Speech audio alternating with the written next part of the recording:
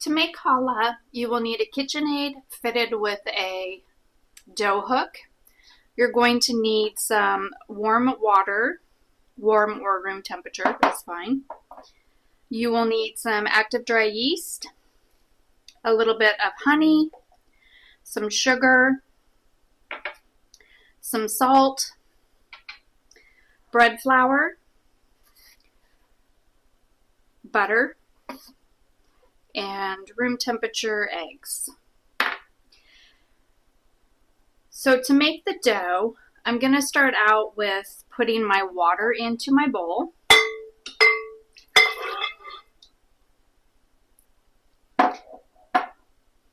I'm also going to add in my yeast.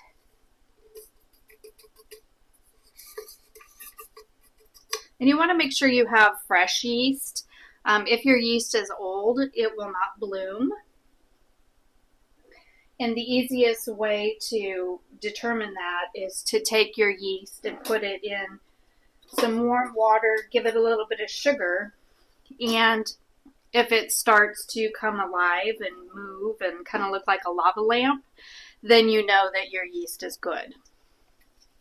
I'm going to go ahead and add some honey.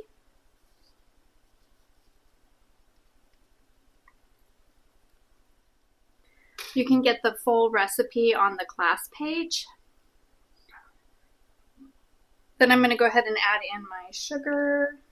The one thing that you want to always add in last is your salt. I'm going to go ahead and add in my eggs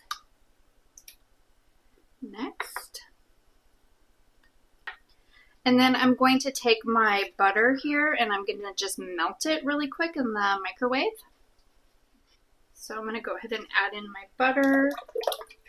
Now, if you wanted this to be kosher, you could use coconut oil. That would be totally fine, but I am using butter.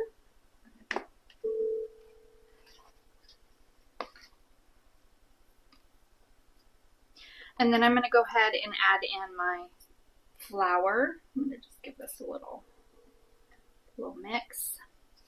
And I will go ahead and add in my flour.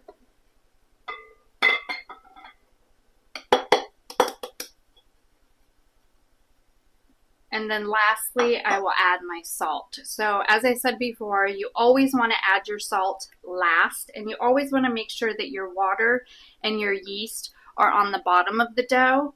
Or I'm sorry, you always want to make sure that your water and your yeast are on the bottom of the mixing bowl and that the flour is on top when you add in the salt. Salt can kill yeast. We're going to be mixing this right away, so we're not going to have any trouble with that.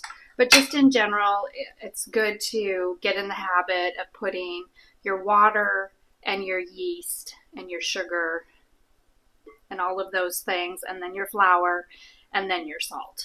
Just get in the habit of layering. I'm going to go ahead and mix this on low speed for about 3 minutes, and then I will increase to medium speed, and I'm just going to mix it until the dough is smooth and it pulls away from the sides of the bowl, and that's going to take about another 3 to 5 minutes. So we'll go ahead and start out on low for 3 minutes. Okay, you can see that our dough has started to come together, so this is looking really great. So now at this point, I'm going to go ahead and increase my speed to medium, and I'm just going to let this go for another 3 to 5 minutes. You want this to be really smooth and to pull away very nicely from the sides of the bowl.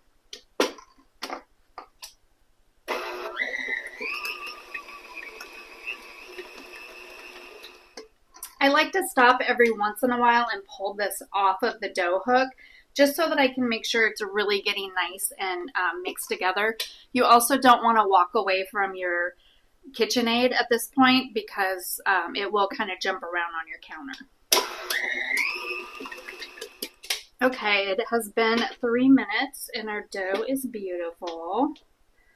So I'm just going to get it off my dough hook here.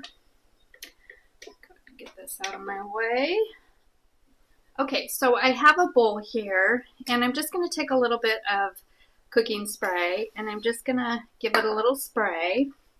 And then I'll go ahead and grab my dough out here. Just got a bowl scraper just to help me out a little bit. You could just leave this in here and let it rise, but I'm making lots of things today, so I'm going to go ahead and stick it in this other bowl. So you can see my dough is very smooth. It feels very soft. It's a really nice fortified dough. And I'm going to go ahead and drop it in my bowl.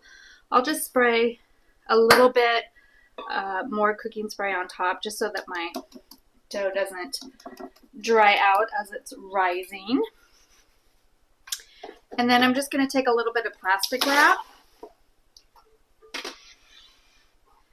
and I will put the plastic wrap over the top, and I'm going to put it in a warm spot in the kitchen and let this rise for 45 minutes to an hour.